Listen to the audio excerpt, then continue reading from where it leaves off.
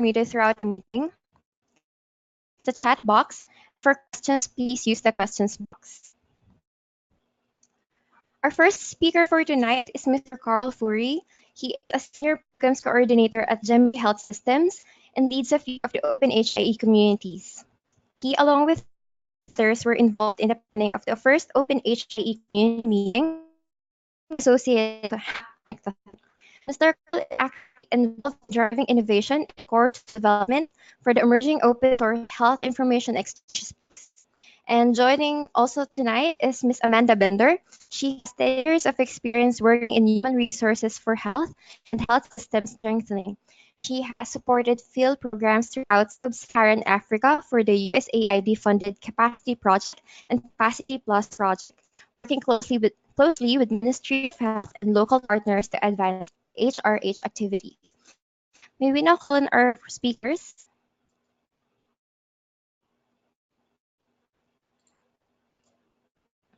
Hi, I'm here. This is Amanda. Hi, this is Carl. Thank you everybody for joining today. I want to make sure that you're able to see the screen itself. Amanda, can you confirm you can see the presentation? Fantastic. Well, good morning, everybody. Good afternoon. As mentioned, my name is Carl Furey, and I'm one of the senior program coordinators here at GEMBI. And today we have Amanda with me as well. So this is us. I'm the one on the left with a really good-looking bow tie, and Amanda's on the right-hand side. So, Amanda, you want to give a little bit of just a background? I know Charles introduced you quickly, but a bit more of who you are, your favorite color, something like that. Great, yeah, sure. I'm happy to join the webinar today. Thank you so much for the invitation to speak about the OpenHIE meeting. I've been, working in the OpenHIE community in and out for a number of years. My previous organization, I worked at IntraHealth. I did a lot of work on IRIS and mHero. So a lot of work with OpenHIE then. I currently work at PATH on the digital health team. I support Digital Square, which is a innovative, collaborative co-investment project in digital health. I also work on a global health security project supporting surveillance and lab systems. So I formerly was co-chair of the Global Digital Health Network. I still remain on that board, and I organized the past 2 global digital health forums. I think that's one reason I was brought on to help with the OpenHIE meeting, the inaugural OpenHIE community meeting, because I have a bit of experience organizing large meetings and get-togethers of passionate digital health participants. So again, happy to join the call today. Thanks, Amanda. I think with an introduction like that, it's really hard to follow. So from my side, those who know me already, I am Carl. I've been with GEMBI for a good few years, also working in digital health quite a lot.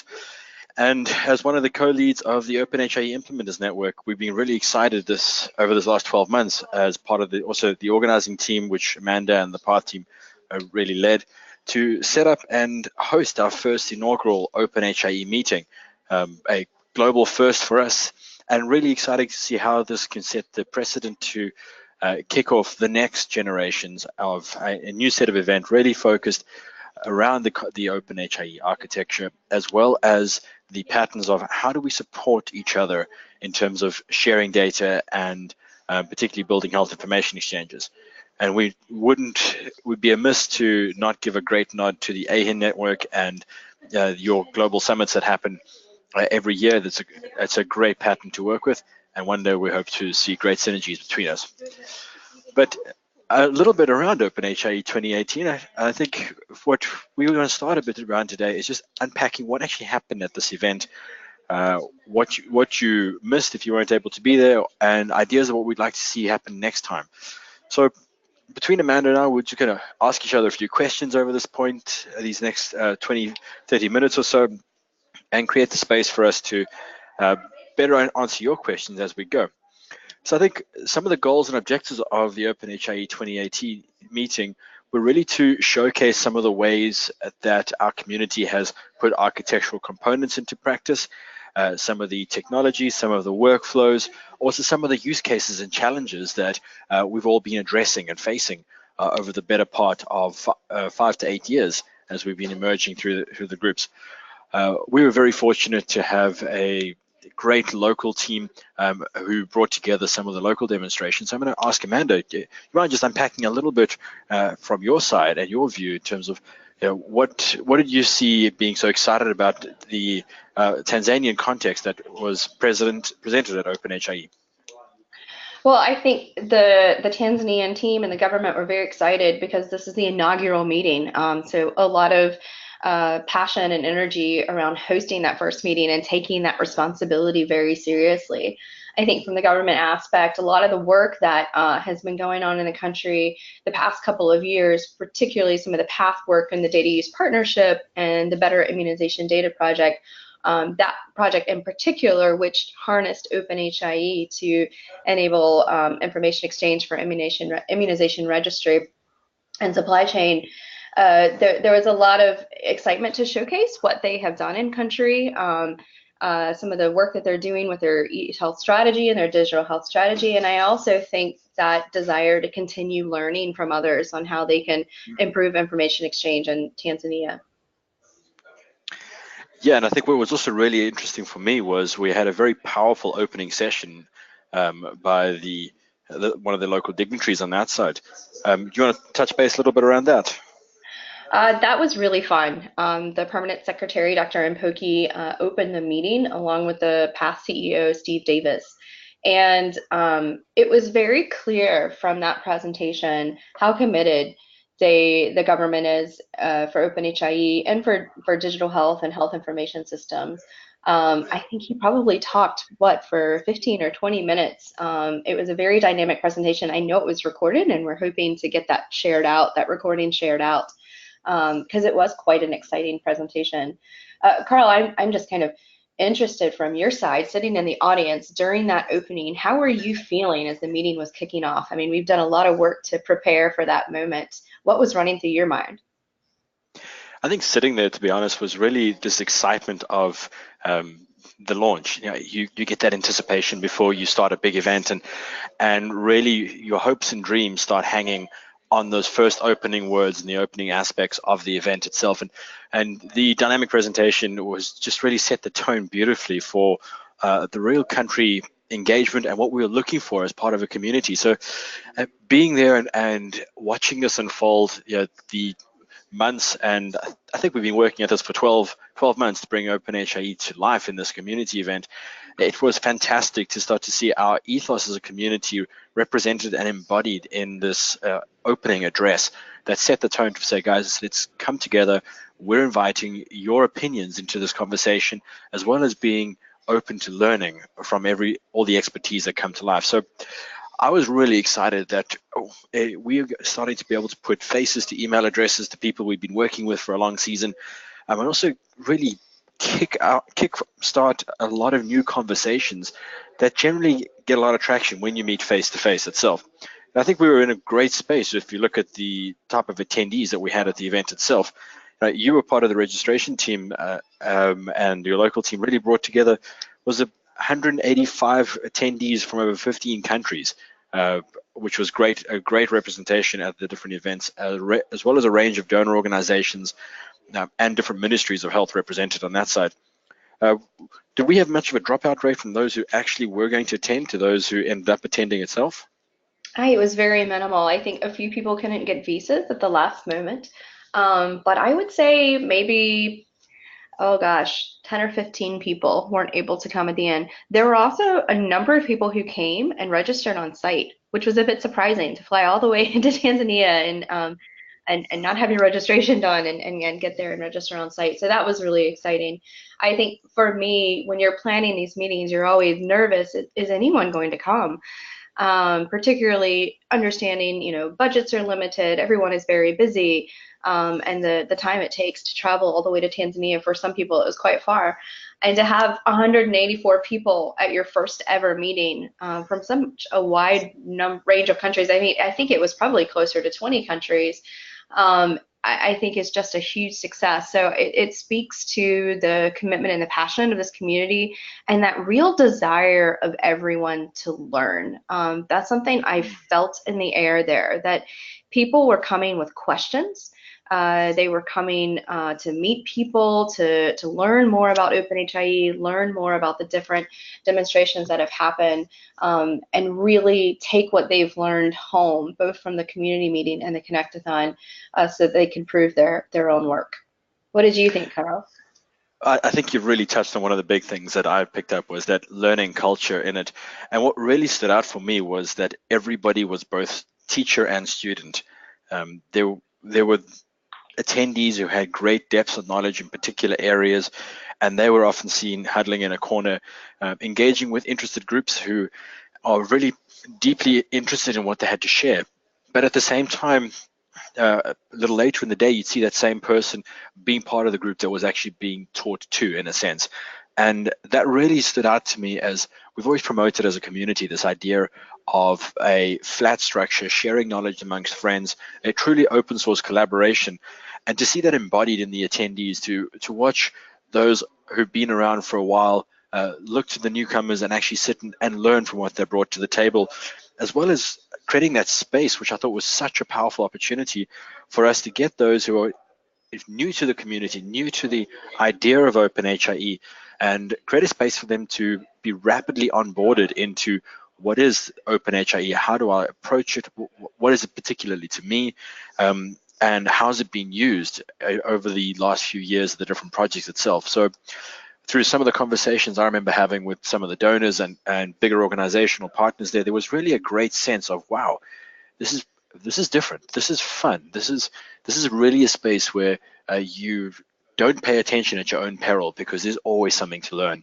And I think that was partly because we've had so much to do as a community, and we had some great sessions set up, but also by the way we started creating the event itself. So Amanda, maybe I can ask you to touch base a little bit on, the event was two parts. It was the main community meeting, and then the second half was the Connect-a-thon, which I'll happily touch base on. But would you mind taking a few minutes and just unpacking the actual meeting agenda? Sure. So we approached this quite differently, we being the planning committee. We felt it was important to have some sessions on the agenda so people knew what to expect, particularly since this is the first ever meeting. But we also wanted to leave a lot of the agenda open and unplanned, because we wanted participants to come and plan their own agenda and present to the group on what they were there to learn about and what their questions were and what they wanted to present. So we took this unconferencing approach, whereby we had a session where people would would stand up, introduce themselves, say the session, what it was going to be about, and then we'd write it down and put it on a sticky note. And we had these 4 different themes that we lined all of the sticky notes under. And then we had a voting session. Everyone got the same number of dots, so they went and voted on their sessions. And those sessions were the ones that populated the agenda. So I would say probably a little over half of the agenda was left open for this unconferencing. And maybe we thought we weren't going to get enough sessions, or they were going to be too similar. We got so many ideas for sessions. We weren't even able to put them all in the agenda. And I think that just speaks again to the wide range of conversations and the passion in the community, and really a lot of interest to drive this. I was a little nervous about this unconferencing approach because people hadn't done it before. To be honest, I had not facilitated it before, but it went off smashingly. And I've heard a lot of feedback from people since the conference, how they appreciated that approach and appreciated being able to come as a participant and contribute to the agenda and it not be completely structured. That being said, we did have some structure to the agenda that we wanted, again, particularly for people who were planning travel and wanted to know a little bit what to expect. So the first day we focused a lot on enabling system interoperability. The second day we lined sessions where country presenters would, particularly those from ministries of health, would tell their own stories. And then the third day was a lot more open for the unconference, but really focusing on the innovations and the breaking new ground aspects. Those 4 themes I referenced earlier are listed on the slide, and I will say there were a lot of presentations on the leadership and governance side. OpenHIE is not just about technology, it's also about people and process, and there was quite a lot of interest, particularly from the government participants and the leadership and governance sessions. Carl, how did you think the unconferencing session went? Well, I think I'm hoping my screen is still displayable on this side. I've just pivoted out into the agenda itself. I really think that the proof is in the pudding, so to say. Is you summed it up really well. We had this a slight apprehension about how well the teams are going to engage with this concept of, come design your own menu, in a sense, what the agenda would look like. But that session where we started getting people to engage and having them volunteer what they were interested in talking to really had its own life, and had a beautiful start, a very busy middle, and then a natural sort of tailing off as we brought together the last of the major topics that were of interest to the groups.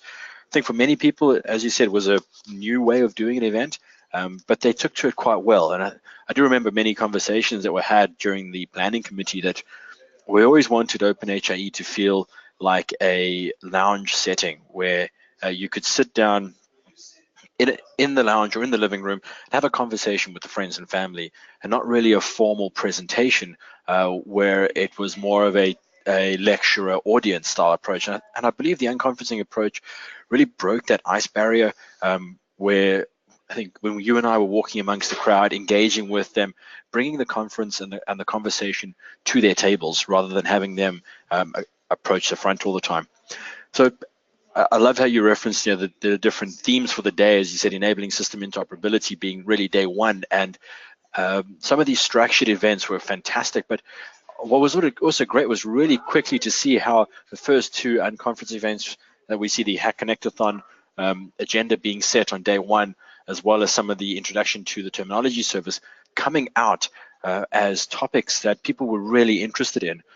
I had this a few times as we went through the sessions, and later on at the end of the days, was people coming up to us and saying, wow, guys, if we could ask you to do one thing differently, is please don't plan the sessions that I'm interested with at the same time. And I take that as a great nod of confidence to the community of saying, well, if we did that for everybody, then nothing would be done, because everybody was interested in something that was going on at the same time, which was great. Just moving through the agenda for those who are following, day one really did start out with us setting the stance for how OpenHIE's meeting would happen. We wanted to make sure that there was an opportunity for the local host country to do a presentation on their implementation experience of the BID project, as Amanda mentioned earlier. And if you are interested in following these notes, they are on the OpenHIE wiki that you can follow, as well as any presentations that were given and notes pages where you can follow the groups that did take notes for it itself. So moving through the different days, this really did focus on the leadership and governance, and then day two was more about showing what happened, how have people done this before. And here we started to see some of the scheduled sessions looking at how do you implement an HIE at national level, again looking at the Tanzanian story itself.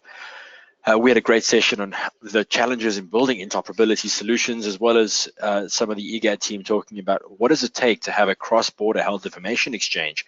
So these are some great unconferencing sessions that also developed later on from there. So moving through the different days, I'm not going to go through each of these line by line. I believe the team would get quite bored with me doing that itself. But what was fun is towards the end of the event, we did have a few sessions cancelled. That is natural when it comes to an unconferencing style event. People drift off, sessions no longer become relevant. So we adapted, and that's the beauty of this, is it becomes the meeting led by the attendees itself. I think the exciting aspects also were really the what happened on days 3 and 4, where we jumped into the Connectathon agenda. But before I jump into that a little bit, Amanda, anything you want to touch base on just around the structure of the event itself before we get to some of the highlights a little later in this session? Yeah, I would just say that we're very conscious to put a lot of networking time into the agenda. Every time I've planned the meeting, I always hear two things. One, the same thing you just said, there's too many things conflicting. How do I pick? And at the OpenHIE community meeting, we had, at times 3 concurrent sessions at a time. So people did have to choose. The other thing I always hear is, there's not enough time for networking. I need time to have coffee and have that conversation with my colleague over there. So we very consciously built that into the agenda, having very long coffee breaks each day, a full hour for lunch. The first day we had, I think, a 45-minute coffee break just because we knew people were arriving and catching the eye of someone across the room they wanted to speak with.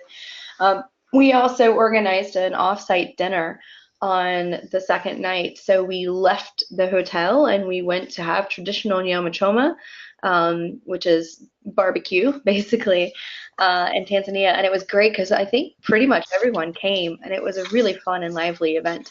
So I just want to speak to the fact that outside of the formal agenda, as you expect, so many conversations were going on, so much learning, a lot of it into the night.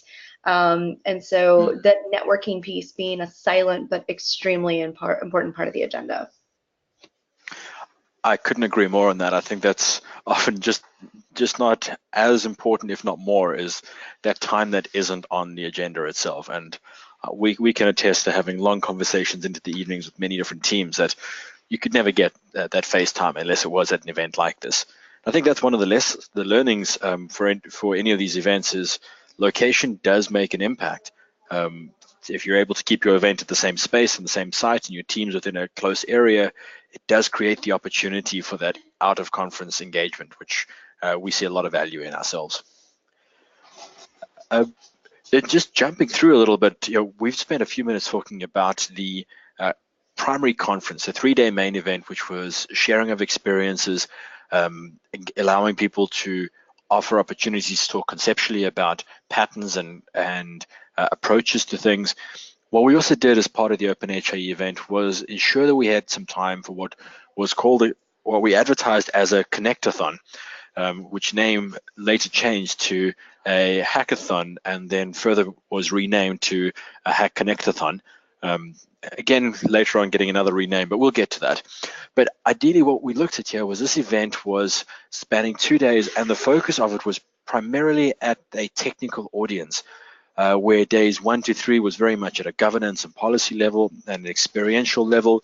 The technical aspect, the hackathon, connectathon, really wanted to create a space for the attendees of a more technical nature. So your architects, your business analysts, your technical implementers to engage with each other and actually utilize this face time to solve some of the problems. We never put it out on writing, but one of my little mantras, if anybody asked me, should I be attending the technical aspect of OpenHIE, my answer would be, well, what do you use a semicolon for? If you use it for grammar, probably not. If you're using it for code, that's probably more likely a good space for you to be. But this was a fantastic opportunity, and was also very loosely coupled in terms of a structured agenda, knowing that the teams would self-organize and work things out together. We focused it looking at saying we had some lightning talks on day 1, which was an opportunity for those who are there from a technical nature to have 5 to 6 minutes just to present their problem or their technology that they're offering to engage with, as well as having a discussion of the challenge groups that emerged through the agenda setting, which happened on day 1 of the main event. But then we broke out into our various working groups or the challenges for the Hack Connectathon, and we started to see groups really work around that itself.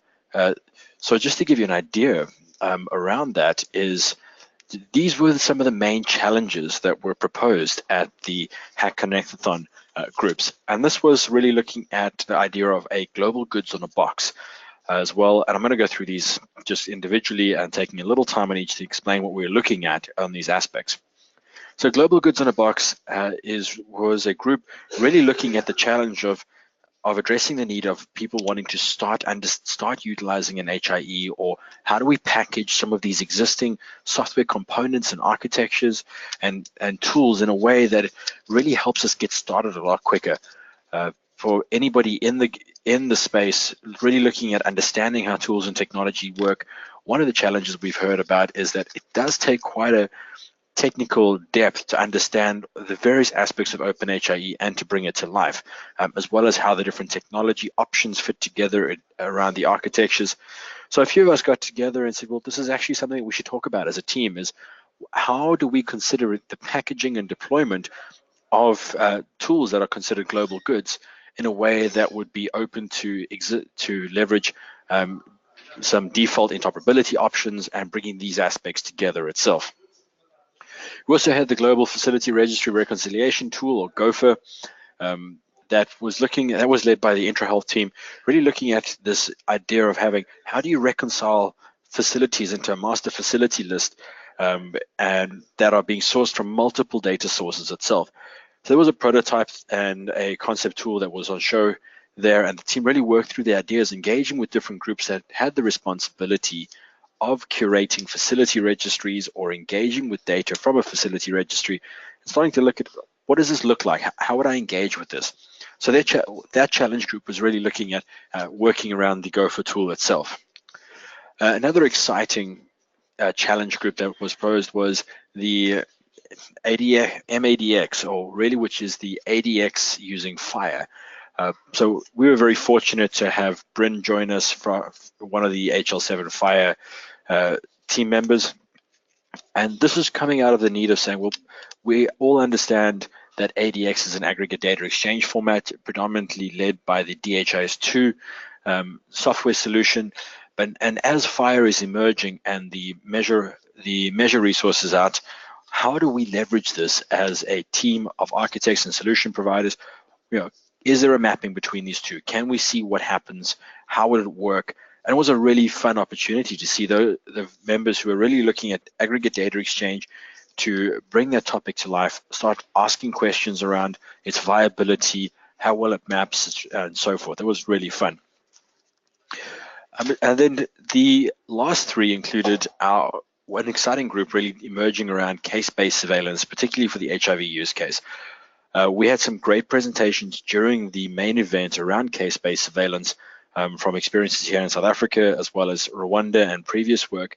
And what we saw at this technical event was people coming around that particular clinical use case and trying to engage and create a common language to say, we want to understand how to apply the OpenHIE architecture to the challenge area of case-based surveillance. I am aware that many of the teams that were present in that particular working group also were going back to host countries where this was an active project that they were working on.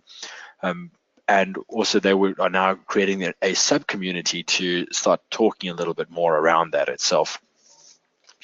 And the final two working groups that I can recall were really looking at the interoperability layer, the OpenHIM tool that Jembi's developed. There was a lot of interest around how to deploy that, how to engage with it, as well as mediators, how to build a mediator, the conceptual mindset around what are mediators in relation to the OpenHIM architecture and OpenHIE, and also getting some of the technical team members to mentor some new members on what it takes to put these tools together and see them deployed into production. And the final working group which we had was the OpenIMIS group. This is the insurance management information system that's coming out. I do believe it's deployed in Nepal. We've got a deployment in Tanzania.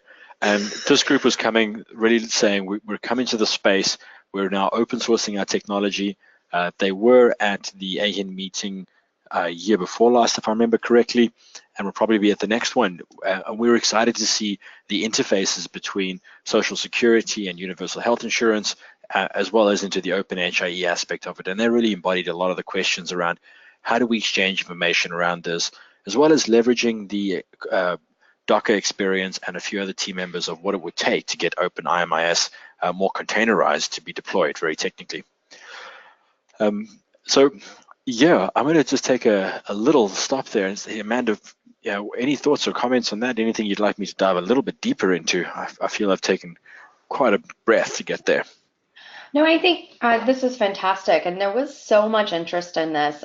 This is another area of the planning where I was surprised. I was surprised at how many people also registered for the Connectathon, Hackathon, Hack Connect a Learnathon, and that really wanted to stay for those conversations. I'm just curious, kind of the people who stayed for the meeting, did you feel like that was the right audience, and what was the passion? I mean, I know for some people I talked to at the meeting, they were appreciated the community meeting, but they were ready to start coding. They were ready to jump right on in. Did you feel that when you kicked off the Hack Connect-a-thon on the first day? I think they definitely, to answer your first question, was it the right people there? The simple answer is it has to be yes, in the sense that the event self-organized itself around those who were there. From the original vision towards it, I think we hit the mark in terms of who we were trying to get engaged with. And those who we were on the fence around, was this the right event or not, actually proved to bring a beautiful perspective to the event itself. That meant if they were from more of a health focus, we were not getting too lost into the technology side of it. If it was more from a requirements and analysis aspect, there was good questions around why, where are we going with it? Let's keep a list of how these things are coming together. But I think one of the main areas that we were very surprised about and we didn't actually plan for, but self-emerged out of it, was really what became an academy track. And we had this very strong sense that people had come to the first 3 days of the meeting to get sensitized and aware of OpenHIE and get some experience and understanding and some opinions to share. But when they came down to the Hack Connect-a-thon, they wanted to learn. And what started off as global goods on a box very rapidly actually emerged to be the academy track of the Hack Connect-a-thon. And here we saw this image that you can see here. This is not two different groups out of the event. This is one entire group that are just self-organized around trying to understand some of the basics of global goods that we've been talking around. And we had Richard give quite a deep dive with some of the other team members on some FHIR fundamentals. So we have deep developers in there to high-level analysts, but what was fantastic was the normalization of knowledge and terminology that this particular session created for the rest of the event, where those who were new to it came out with a better understanding of what FHIR was, particularly what Docker was itself, and Kubernetes in terms of containerizing and so forth. And it was very, very powerful for us to be able to have a conversation knowing that the ground was even on that side. Out of picture frame was what we mentioned a little earlier. Another track had emerged that for a lot of the event, as people understood what these basics were, they then became interested in particular tools. And one that I know had a lot of traction was, how do I build a mediator? I've learned about FHIR. I've learned that it can help me exchange information, but how do I do it? And Gemby was very fortunate this year to be able to bring a few members to be present and actually created sessions and ongoing tutoring for the time where developers and technical teams would come together and learn about how interoperability is done using some of the reference technologies. So that was very, very exciting for us, and something that I don't think we would have gotten had we tried to limit the attendees to who we thought should be there, but very much was a great result of this unconferencing approach where the attendees self-organized to meet their own needs. So you took the unconferencing approach in the Hack Connect-a-thon as well? Yes, absolutely. And I'd even say we unpacked it even further, where it was more of chaos conferencing, if we can coin a new aspect, where we did the unconferencing with the main event much more structured in terms of posting sessions, posting ideas. We'd set some basic themes and then threw them into the room, in a sense, locked the door and told everybody to self-organize. And for the groups that are there, that worked out quite well, I believe. Great. And I think one other side, just while we're here for those, is we had a really fun conversation around some emerging ideas, and particularly the CQL, the clinical query language, and working with Bryn and a few of the teams coming together. We started looking at how could this be applied in the MADX aspect to universally create an indicator definition language that could be shared amongst different tools and rules engines in terms of how particular aggregate indicator sets would be calculated, and was quite an interesting aspect, particularly in terms of where this type of approach and these rules could be applied.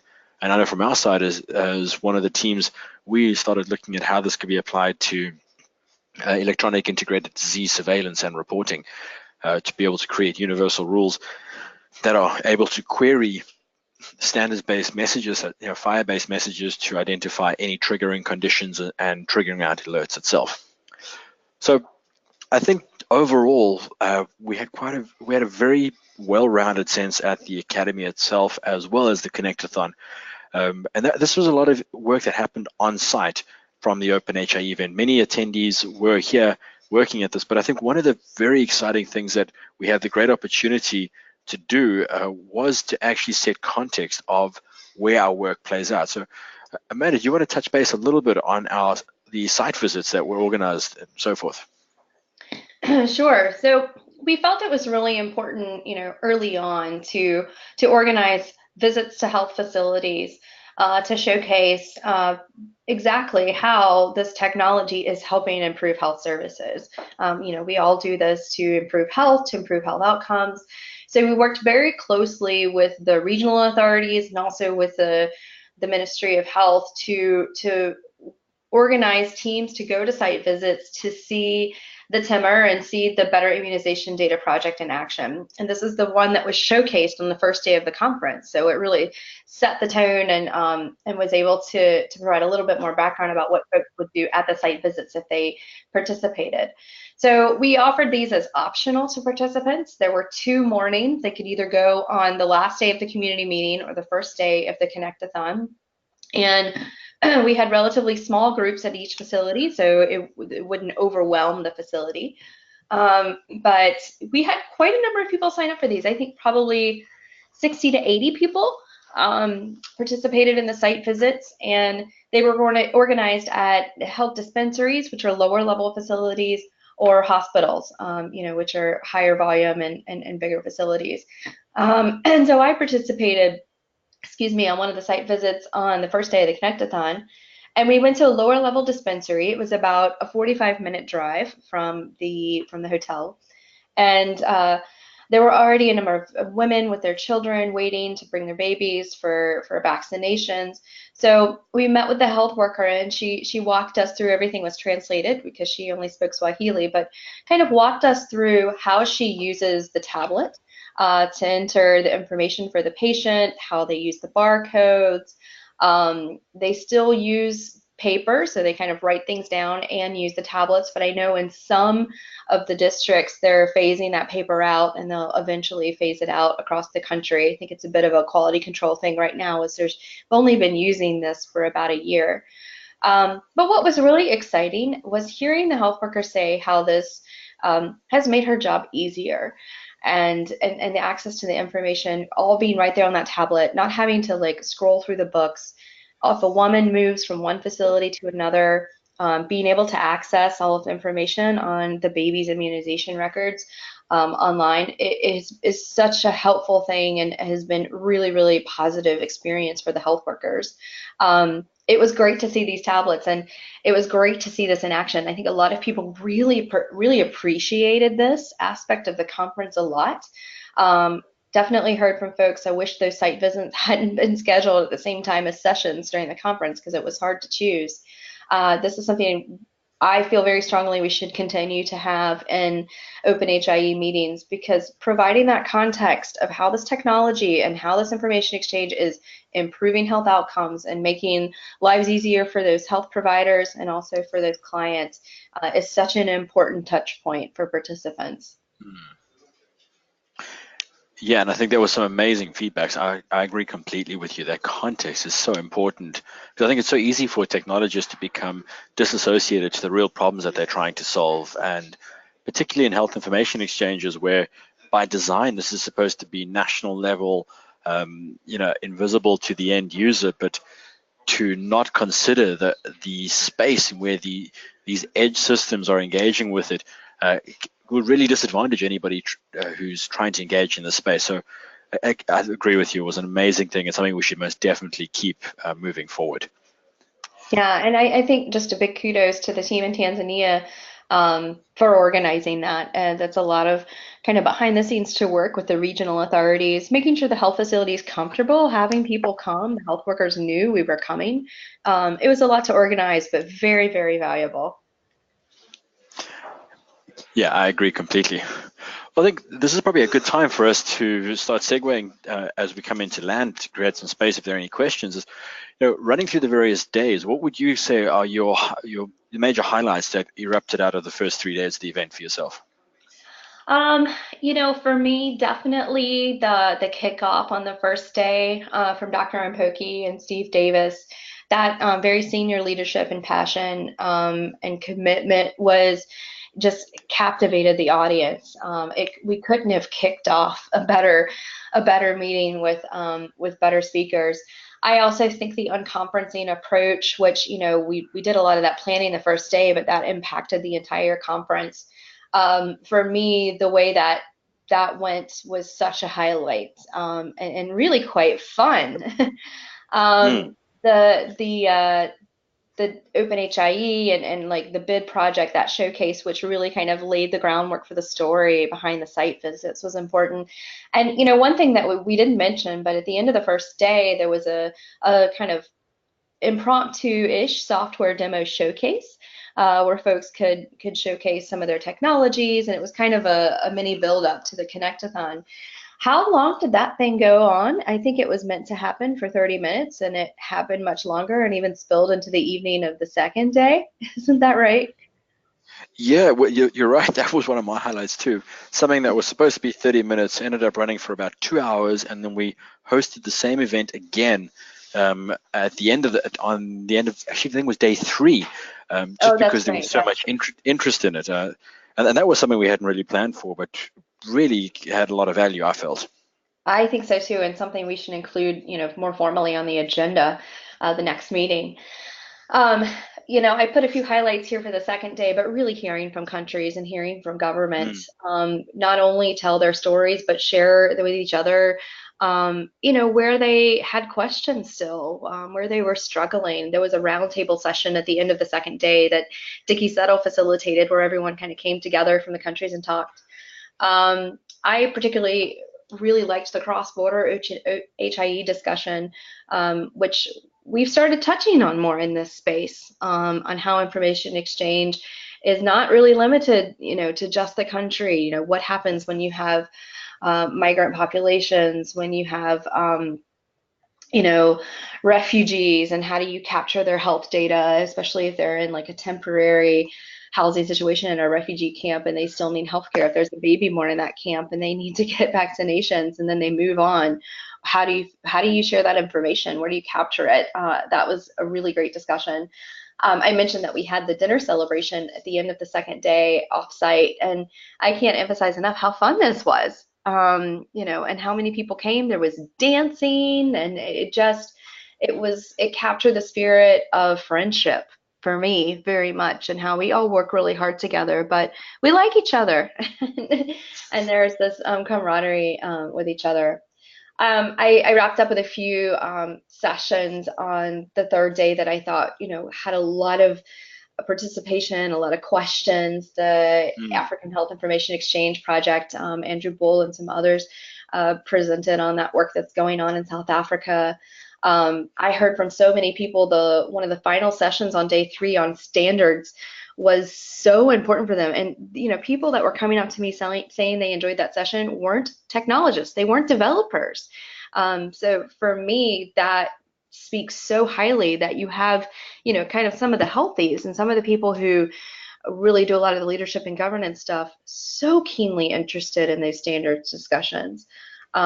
And then just the feeling at the end of the 3 days that this is not the only OpenHIE community meeting. There was a strong desire to have another one next year and the following year and the following year, and to make this a true annual community-led event. Yeah, that was some amazing traction, and I'm so glad to hear, of your highlights on that side. I think I can echo, all of those. And yeah, I must say that interoperability discussion that happened on day 3, I was fortunate enough to be part of the team engaging the fishbowl around that, but it was amazing to see the interest, and it really teed up nicely what was going to happen for the next few days. This idea of adopting and exchanging information, sharing it and building capacity, it truly came out as a theme. It was really fantastic itself, and I think it sort of teed up really nicely for what we were going to do in terms of the actual Connectathon and bringing that to life itself. So from my side, moving on to really the highlights of the Hack Connectathon was firstly that it got renamed. I love that approach. Through the event, we changed the naming of this and created a new word that better reflected what we were going to do. But for me, it was really, there's a huge amount of interest in learning more about fire and these learning groups that had come up, as well as you said, the healthies engaging in many spaces, and particularly in the case-based surveillance. So we had teams from the CDC guiding interested and open minds in terms of what this would look like and how to bring it to life, as well as groups who have that deep experience I mentioned earlier about how do we actually adopt something like FIRE for aggregate data exchange itself. And the academy track wasn't just limited to learning about standards, but also these tools that were there. The software showcase that happened on day one really did whet the appetites and was a great looky-loo, kick the tires for what was out in the community. The day three before the Connectathon, we started to see conversations getting a little bit more technical. The group was a little smaller on day three, a lot less, let me see what you have, and a lot more about, well, I now know what your tool does, but I want to know a little bit deeper into it. So more under the covers, which teed us up beautifully for those who were there for the last 2 days to actually say, fantastic, let me get alongside you and understand what's around to bring it together. And then as all of these events itself, I think there was way too much coffee drunk by many people, which was going to be the reason I say many people stayed up late at night, but definitely a help with the networking, and that was amazing from that side. But I say one of my fun points of this event was that we actually coined a few new words and terms that are being adopted, at least here at Gemby, as well as in some of the spaces on the communities we're working on. And one of my favorites really is Voluntold, or the act of voluntolding, which is newly defined as nominating somebody to volunteer to do something, even though they weren't going to do it in the beginning. So we had a lot of fun voluntolding people to share their ideas and information, particularly early on in the event where everyone was still relatively shy. But a few of these actions coming up really opened the floor and started getting people to engage quite a bit. And then the term Hack Connectathon, combining a hackathon and a connectathon into one space, really gave it life.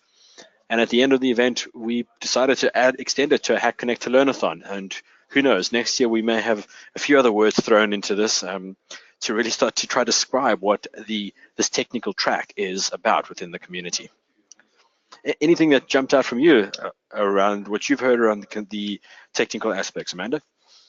Well, I kind of want to go back to the voluntold because I think you coined that term, which I love. And at the end of each day, we had a bit of an after-action review, kind of what happened today, what did you expect to happen, what actually happened, and what could we do better tomorrow, or what could we do better in the next OpenHIE meeting. And we didn't have to voluntold too many people to raise their voice and share their experiences here. And I think it was great because a lot of different people were speaking. It wasn't the same people speaking up, offering reflections or comments. One person at the end of the conference even said, I never speak at conferences. I never raise my hand to offer opinion. He's like, and I've never talked so much as I have, the past couple of days here. And I loved that because this was someone, and who's very much a part of the community, but kind of a heads down developer who is super engaged in these conversations and very keen to present and offer opinions and comments and remarks. And I loved that. So again, this was a technical meeting, but I can't stress enough the feeling of community at this meeting. So the fact that we could voluntold someone to do something, or that we could constantly change the name of 2 days of what we were doing, just speaks to how fun it is, how inclusive it is, and how it is a community-supported initiative that the inaugural meeting really supported what the spirit of OpenHIE really is about. I think you summed that up beautifully. It definitely caught what the spirit of OpenHIE was about. And yeah, I really am looking forward to what we do next with the next one. Same here. Yeah. And that was a not so subtle. This is our last slide before we open up for any questions from the audience at this stage. I do realize we've run a little longer than normal, but just to give a little peek into the future, we've mentioned some of the highlights that came out of this event itself. Things that have stood out for me particularly was the OpenHIE on fire, the attitude of the community members around the emerging fire standard, and there was a lot of conversation about, in a binary world, are you with fire or without, are you against it? And we came to a position where it's like, well, no, we're not against it. We're actually actively looking to engage, to understand how implementers are wanting to engage with the fire standard and help us guide others. So that's probably one of the biggest calls that I've seen come out is, we are for fire, but show us where you're using it. Let us work with you to consolidate and lift out the common patterns and create bootstrapping mechanisms for new users and new implementers to engage with it. And I think this also really steps out to these next two things that have come out. Was we had some really great new user groups and sub-community ideas step up. So case-based surveillance being one of them, a workforce development sub-community. Many people are talking about, how do you create an HIE? There's now quite a bit of interest about, well, it's running, but how do we keep the lights on? How do we work this thing? What sort of skills and competencies do we need to build in our teams and countries to support an HIE?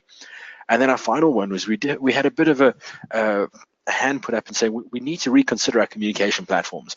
Mailing lists are good and they have great space for it, but let's take a minute, step back and look at, could we be doing things differently? Is there a better way to do it, and could serve communities in different ways? So these are some of the interesting things that we're hoping to see come to life over the next few months, and also give us more of a global footprint in an exciting way. From your side, Amanda, is there anything that stood out from you that I haven't listed here that you're seeing as next steps that would be good to share? I mean, I think you covered it. There was a lot of great little interviews that were videotaped and great photos. So I'm really looking forward to some of the other stories coming out from other people and hearing what those conversations were about that were filmed. So I know Regan Street is really looking to pull all of that together, and we'll have several opportunities to do some further reflection and sharing on this great meeting. So no, I think you covered it up quite well. Fantastic. Well, thanks a lot. From myself, Carl, and on behalf of Amanda, we've been really honored to share this with you. And I know we have a few minutes left, so Chad, we're going to hand over to you if there are any particular questions you'd like us to field or answer. Yes, thank you for sharing what happened in the community meeting, Sir Carl and Miss Anna. While waiting for questions from our participants, I would like to congratulate your team for organizing this big event. It's the first event you had 184 participants from 15 countries. That's really amazing. And I really like the idea of conferencing. It is very new to me. Thank you. It was quite an exciting opportunity and definitely created a space for the attendees to say what they were interested in, which was really exciting, as Amanda said earlier. I think that the part where you were voting for topics, I think it was really a good strategy for networking as well, because if I were a participant and the things suggested for the agenda weren't voted, at least the people who can see the topics I suggested would be able to relate, and we can discuss it during the longer coffee breaks that you allotted. I think the longer coffee breaks are also a brilliant idea, because if for example, I had limited time to converse with this person, I have more time later to build a better relationship with them and exchange more ideas. Yeah, it was a great opportunity, and I think it definitely worked out really well. Much of it was greatly attributed to the planning team and the on-site facilitators, and I think for just as much as we planned, we definitely had fortune favor us in the opportunities that were created that we were able to seize for just unplanned sessions and unplanned opportunities that rose. And very happy with your community. Thank you. And Chad, thank you for yourselves and the AeHIN Hour for giving us the opportunity to just share our first real feedback session. You've even snuck in before the broader OpenHIE community to hear a little bit about our feedback so far. And if anybody is interested in engaging and continuing, please visit our website and the wiki space. Have a look at the new community forums. There is an OpenHIE community call happening a little later in the next week or two's time, and we'd be happy to field any questions on there. So from myself, Carl, thank you very much for the time today. Thank you, everyone. Thank you, sir. Thank you. Bye. Bye.